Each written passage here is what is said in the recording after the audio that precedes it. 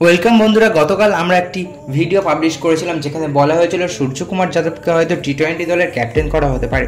তো যাই হোক, অপেক্ষার অবসান ঘটে গেল। ঠিক তাই সত্যি সূর্যকুমার যাদবকে টি-20 স্কোয়াডের ক্যাপ্টেন করে দিল বিসিসিআই। আমরা গতকালই এই নিয়ে একটি ভিডিও করেছিলাম, সেখানে বলা হয়েছিল হার্দিক পান্ডিয়া নয়, সেখানে সূর্যকুমার যাদবকেই ক্যাপ্টেন করা হতে পারে এবং সত্যি আর বলেছিলাম 1-2 দিনের মধ্যেই সেটি অফিসিয়ালি ঘোষণা হয়ে যাবে। তো বিস্তারিত জানাবো। তার আগে বলে রাখি, আপনি যদি চ্যানেলে নতুন হয়ে থাকেন অবশ্যই চ্যানেলটি সাবস্ক্রাইব করবেন এবং আপনি যদি ফেসবুক পেজ থেকে ভিডিওটা দেখে থাকেন তাহলে অবশ্যই পেজটি ফলো করে যাবেন। আসুন জেনে নেওয়া যাক বিস্তারিত।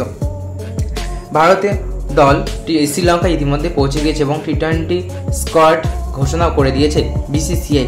সেখানে ক্যাপ্টেন হচ্ছে সূর্যকুমার যাদব এবং সহকারী অধিনায়ক অথবা ভাইস ক্যাপ্টেন করা হয়েছে শুভমান গিলকে। এছাড়াও আরও 2জন ব্যাটসম্যান রেখে দিয়েছে বিসিসিআই। তারা হলেন যশস্বী জয়সওয়াল এবং রিঙ্কু সিং।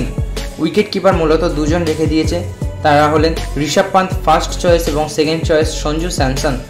অলরাউন্ডার দৌড়ে আছে 5 জন, তারা হলেন রিয়ান পরাগ, হার্দিক পান্ডিয়া, শিবম দুবে, অক্ষর প্যাটেল, ওয়াশিংটন সুন্দর। তো এখানে বুঝতে পারছেন, এখানে ফার্স্ট চয়েস ও সেকেন্ড চয়েস রিয়ান পরাগ ও হার্দিক পান্ডিয়া, শিবম দুবে 3 নম্বর পজিশনেই রয়েছে।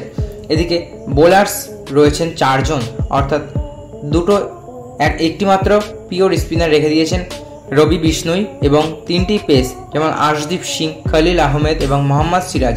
তো বলে রাখি, এখানে যেহেতু ওয়াশিংটন সুন্দরও স্পিন করে কিন্তু অক্ষর প্যাটেলও স্পিন করে, তাই সম্ভবত বলা যাচ্ছে না, কিন্তু অক্ষর প্যাটেল এবং রবি বিষ্ণুইকেই এই 2 স্পিনারকেই হয়তো খেলাবে এবং পেস অ্যাটাক হতে পারে মূলত আর্শদীপ সিং ও মোহাম্মদ সিরাজ জুটি।